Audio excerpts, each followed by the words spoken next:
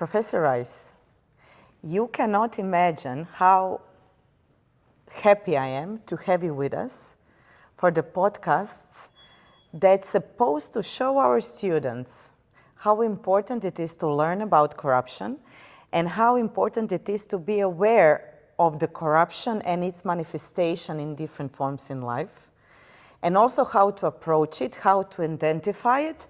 And actually, we would like to hear from your experience, not only as a US professor, but as an international professor who has worked also too, with myself included, to the creation on UNCAC models on anti-corruption. Can you share with us, after having so much experience, what do you think it's most important that students learn during their education?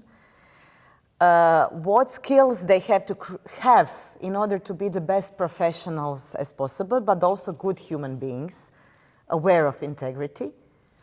And by that, we want to make sure that our Erasmus Plus project on development of anti-curriculum in our southeastern European region really comes to its full potential. Okay, I ask you so many questions, but I want to grasp your experience and that our students learn as much as possible from your answers. Well, thank you for having me here. It's very honored to be asked to be part of this program, and very happy to contribute. I think the most fundamental thing that students have to learn is that corruption it works off of a two-sided coin. On one side of the coin is what we think of as corruption, which is criminal acts, abuse, fraud, taking advantage of people who can't defend themselves to extract money or resources, or massive, grand corruption, massive theft by the government of resources that should go to the citizens. And we kind of get that on a big concept, but you need to learn the details of how it works and where it works, because it never works in the open. It works in the shadows. So learning and understanding both past examples of corruption and how they were uncovered and what they involved, and the complexities of corruption are necessary to actually recognize corruption in the environment you're in. It's not always going to be apparent. Mm-hmm. But the other very important side to this is the front side of corruption derives from ethics and integrity. If you have ethics and integrity, you will automatically have a core value system to reject corruption when it comes to you. When people say, well, look, I'll give you X amount of money to ignore that and let me get this or let me do that. Your ethics and integrity, you don't have to understand, well, that's corrupt, that's illegal. Ethics and integrity tell you, wait a minute, that's just not right. And so in learning about corruption, you want to learn both sides of the coin. You want to learn what it is to be an ethical human being with integrity to your society, integrity to yourself as well. But that's, to me, the critical thing. Okay, I agree with you, but let's say that I don't have that. You don't have integrity.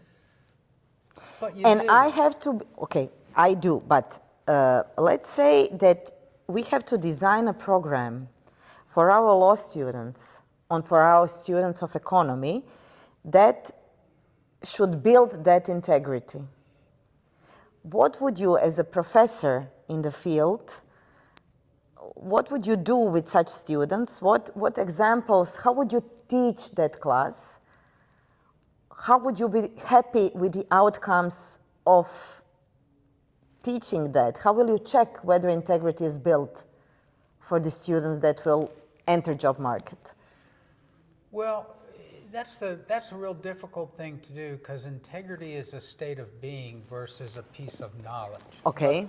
But what you start with is, what does the student have in their environment, in their personal resources that bolster integrity and encourage their integrity? For example, are they at a university that has a code of conduct that is meaningful, that the students actually work with and discuss and work to implement? And does the faculty honor the code of conduct? And it could be as simple as, are you in a situation where cheating is allowed and it's like okay to cheat and everyone says rah rah? Or do you want to have a system where cheating is discouraged and not allowed on a personal level so that everyone's grades reflect who they are? So I think what you have to do is build into coursework, what is the code of conduct for that material? What is the front end? So when you talk about when you teach a course in economics and you're talking about economic corruption, it doesn't exist in a vacuum. You look at economic corruption in an industry or in a state. Where's the money? What's the money doing? Where's it going? So what would be the ethical rules or the codes of conduct that could help people prevent that corruption? And you teach students that by having them create model codes.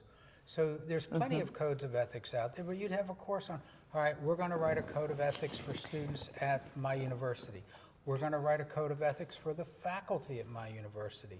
Here's a business model, and here's this business model, here's corruption.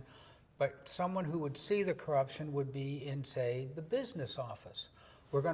Our class today is going to write a code of conduct for employees of a business office in a corporation to know what corruption is when they see it and how to report it, and have a whistleblower protection, and have a culture in the business that protects that.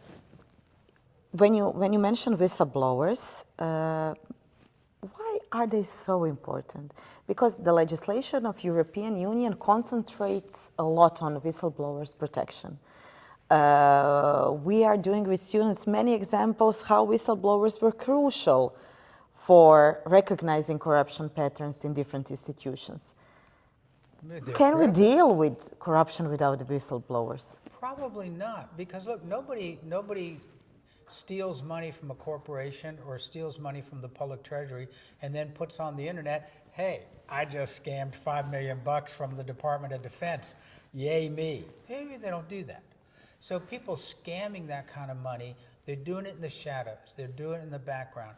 And oftentimes the corrupt conduct, the corrupt people or process, there are a number of people in the periphery who see the corruption. They know it's going on, and they keep their mouth shut because they think it's none of my business, or I don't want to be the whistleblower, I don't want to be the snitch.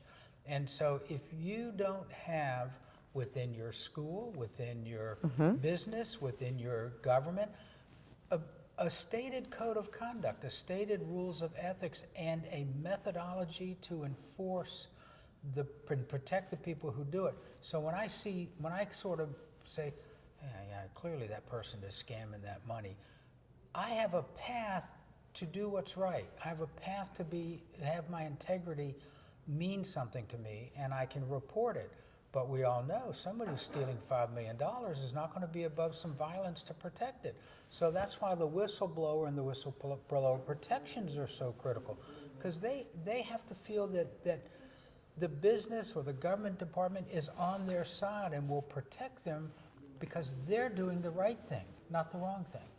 Okay, so if I understood you, so your message for law students and actually for every student that are now studying to become a professional in their field, is it really that they cannot be a good professional without moral rules and integrity understanding? I personally don't think so. I think integrity is the core at everything we do, because everything we do will present you an opportunity to take advantage of it to someone's disadvantage. Okay, so the role of university is really to help in building integrity, to emphasize the importance of it, regardless of the profession. So can we call ourselves university if we do not have that in our curriculum? No, you could call yourself a facilitator. Okay. But think about what the word university means with universe. University means whole. University means complete. University means, one of the highest ideals of education which mostly used to be liberal arts education. We've developed a lot of specialties now, but in the concept of liberal arts education is to educate the whole person, not to educate a part of a person, educate the whole person. And that person they need to have integrity, to understand what integrity is, and then to see that there are mechanisms that protect and reward integrity. It's a critical function, because for everybody who gains from corruption or dishonesty, somebody's losing. And that person losing may not be you if you're doing it, but it may be your cousin, it may be your family down the road. Or even you, but in different exactly, situation. Exactly. So simply because you have an advantage over someone and can abuse that advantage doesn't mean that that's right and you should do it. You really need to think about, what are you doing? You know, and so we have just books of examples of things that have failed, things that have not worked, where people have died from it. Warning systems that were not built correctly because of corruption and people pocketing the money instead of building the correct warning system, and then a typhoon or a flood wipes them out, wipes out their village and kills them. Yeah. We have individuals who are working on a job site, just an individual, and the scaffolding fails because cheap materials were bought. We have students like your students who are in schools and they don't have access to the resources they need for the proper education because someone stole the money that should have gone to those resources. Yeah, in that sense, I even think that corruption can come to the level of crimes against humanity, but that's maybe for a different podcast, yes. Another time. Thank you, and I hope our dear students and our members of the project of building and developing curricula for Croatia, Bulgaria, and Greece, that you learned a lot from our distinguished professor, Professor Rice. Thank you very much. You're very welcome. Thank you.